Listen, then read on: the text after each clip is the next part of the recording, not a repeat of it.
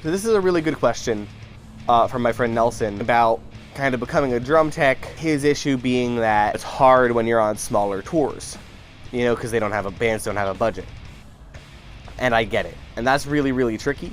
I know quite a few techs. I know techs for Morbid Angel. I know techs for In This Moment, you know, all across the board.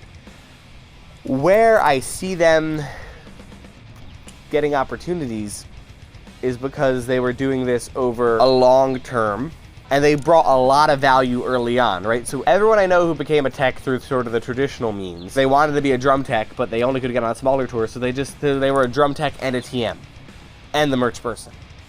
And then it was a lot easier to justify paying them, you know, or they were the drum tech and a photographer. They were, you know, like that's what I had to do early on a lot too, is like I would book, and I would do social media, and I would manage, and I would pitch to festivals, etc., etc., etc., etc. When the budget is very small, you need to be the guy who can wear a lot of hats. And it's, you know, it's really as simple as that. So if you're trying to become a drum tech, you know, that can be your focus, but you need to be able to show other hats. The other way to success, and this is what my friend Sean, who's the guitar tech for In This Moment, did, it's just he was a connected guy. He was playing in a lot of bands in his region. He had a lot of friends. You know, he would go to these shows, he would meet people, and it just slowly worked its way up. You know, that he just had been going to shows for years and years and years, and then he was 23, 24, and he got the call, and he was available, and he was ready. And those are the two big things, is being big in your community so people know you're reliable and cool, and a lot of that will require wearing many hats and booking shows and being part of that scene, right? But then another big part of it is going to be luck, and on top of that, just kind of being the easiest person to work with at all times.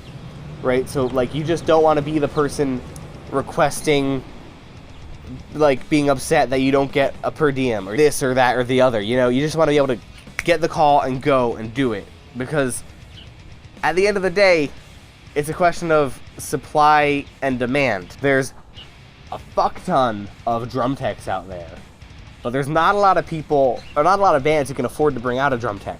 For example, if you're not the absolute easiest person to work with, well, someone who is the absolute easiest person to work with is going to do it. If you're not willing to work for free, I don't know, like, it sucks to have to tell people that, but like, you do have to do a lot of things for free, and like, you can figure out a way to do that that's meaningful. Like, honestly, if I wanted to be a guitar tech, for example, go out and make a bunch of guitar tech videos on YouTube and Instagram that are good, and do it regularly and get your content spread around, and guess what? That's gonna happen. Is someday, eventually, someone's going to notice. And when they notice, they're going to say, oh, well, we needed a guitar tech. Well, that guy seemed really cool. Fuck it, do you think you'll do it for $100 a day? Probably.